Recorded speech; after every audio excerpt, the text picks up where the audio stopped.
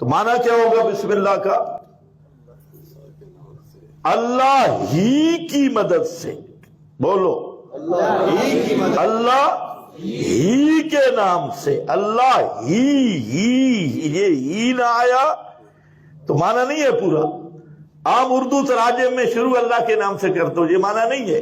بیضاوی، روح المعانی، ساری مفسرین نے لکھا معنی اللہ ہی کے نام سے، کیونکہ بزرگ کہتے تھے، تو مکہ والے بزرگ، وہ بزرگ کیا کہتے تھے جب کوئی کام کرتے تو وہ کیا کہتے تھے؟ بسم اللہ والعزیٰ، باب لات کا نام، باب عزیٰ کا نام۔ تو یہاں کیا فرمایا؟ یہ نزلت ردن علی المشرکین، بسم اللہ نازل ہوئی ہے مشرکوں پہ رد کرنے کے لیے۔ جو صوفی بیٹھے ہیں وہ بھی بولے بسم اللہ کیوں نازل ہوئی ہے؟ مشرکوں کو رد کرنے، بسم اللہ کیوں نازل ہوئی ہے؟ کہتے ہیں رد نہ کیا جائے، رد نہ کیا جائے، پھر بسم اللہ نہ پڑھو، تم رام رام کرو۔ اللہ نے رد شروع کیا ہے بسم اللہ سے، کہ کسی کو کچھ نہ کہو تو بسم اللہ کیوں پڑھتے ہو؟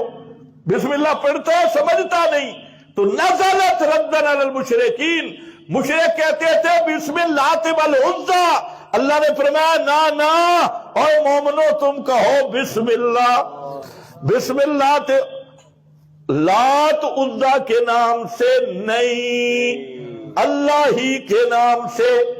آج بھی مشرک یہی کہتے ہیں، گاڑی پہ سوال کیا؟ جانے جا علی، جانے جا پیر، کسی نیا کام کرنے لگے اس کو پکارتے ہیں۔ تو بسم اللہ اس لیے آئی، بسم اللہ لا بسم اللہ والعزیٰ وعلی وولی، کسی کے نام سے نہیں، صرف اللہ ہی کے نام سے شروع کرنا ہے۔ تو یہ بسم اللہ کی بااستعانت کی، اور متعلق مؤخر معذوف ہے، اور معنی یہ ہوگا اللہ ہی کی مدد سے۔ اب واپس آ جاؤ، حوامی میں سبا میں کیا تھا کہ فَادْعُوا اللَّهَ مُخْلِصِينَ إِيَّاكَ نَعْبُدُ وَإِيَّاكَ نَعْبُدُ، واو تفسیریہ ہے، یا عطف الخاص علی العام ہو تب بھی کوئی مسئلہ نہیں ہے، واو تفسیریہ۔ امام نے فتاوی کبریٰ میں جہاں لکھا ہے یہ واو تفسیریہ ہے، تو معنی کیا ہوگا؟ إِيَّاكَ نَعْبُدُ کرو معنی ہم تیری ہی عبادت کرتے ہیں، یعنی حاجتوں میں تجھ ہی کو پکارتے ہیں، مشکلات میں تجھ ہی کو پکارتے ہیں۔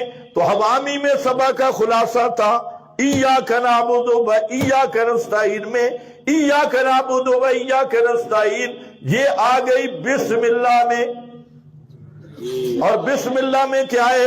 بسم اللہ آ گئی صرف با میں۔